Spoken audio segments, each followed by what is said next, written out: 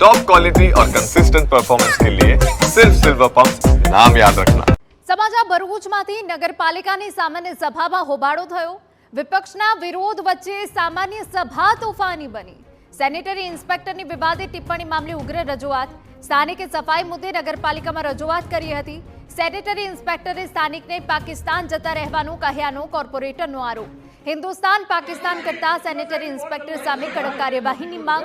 આક્ષેપ છે કે વોર્ડ નંબર 10ના સેનેટરી ઇન્સ્પેક્ટર અરવિંદ રાઠોડે એક સ્થાનિક નાગરિકને તમે પાકિસ્તાની છો, પાકિસ્તાન જતા રહો તેવું નિવેદન કર્યું, જે મામલે અગાઉ પણ રજૂઆત છતાં પગલાં ન લેવાયાનો વોર્ડ નંબર 10ના કોર્પોરેટરનો આક્ષેપ છે। અમારા વોર્ડના એસઆઈ અરવિંદ રાઠોડ સાહેબ પર એક ત્યાંના અમારા લોકલ એક પર્સનનો ફોન આવે છે। એ વ્યક્તિ કહે છે કે અમારા વોર્ડમાં સ્વચ્છતા થતી નથી, કે આ જગ્યા પર કચરો છે, તમે આ સફાઈ કરાવો। એ ભાઈ પર એ વ્યક્તિ અરવિંદ રાઠોડ સાહેબે એવું કીધું છે કે તમે ભારતના નથી, તમે પાકિસ્તાનના છો, તમે પાકિસ્તાન જતા રહો। આ વસ્તુ યોગ્ય નથી અને નગરપાલિકા તરફથી આ હિન્દુસ્તાન પાકિસ્તાનની જે કોમ્યુનલ કરવામાં આવ્યું છે એના ઉપર એક સખત કાર્યવાહી એ ભાઈ પર લેવામાં આવે અને મારા વોર્ડમાંથી એમને તાત્કાલિક ધોરણે નીકાળીને એને બદલી કરવામાં આવે એવી મારી માંગ છે। સામાન્ય સભામાં વિપક્ષના શાસક પક્ષ પર ગંભીર આક્ષેપ। શહેરમાં લાઇટના પોલ લગાવવાની કામગીરીમાં ભ્રષ્ટાચારનો આરોપ। સમગ્ર મામલે તપાસ સમિતિ રચવાની વિપક્ષની માંગ। શાસક પક્ષ દ્વારા કોઈ પણ સવાલનો જવાબ નથી અપાતો। ચૂંટણી આવે એટલે પ્રસિદ્ધિ મેળવવા ખોટા આક્ષેપ।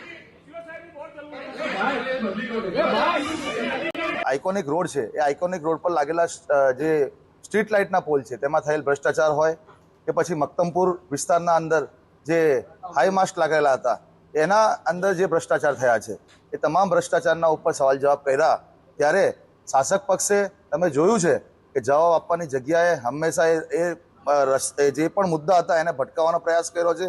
ભરૂચ નગરપાલિકામાં કોઈ રીતે ખોટા કામ થતા નથી। જેવી રીતે અમને ખબર પડે છે તેવી રીતે અમે કોન્ટ્રાક્ટર હોય, અધિકારી હોય, જેઓ પણ હોય એની પર અમે કાર્યવાહી કરી અને અમે ધ્યાન દોરીએ છીએ। આજ હવે ઇલેક્શનનો ટાઈમ છે તો ઇલેક્શનના ટાઈમને લઈને વિપક્ષ મીડિયા માધ્યમથી લોક પ્રસિદ્ધિ મેળવવા માટે જે કૃત્ય કરી રહ્યા છે એ યોગ્ય નથી। ભરૂચ નગરપાલિકાને ખોટી રીતે બદનામ કરે છે।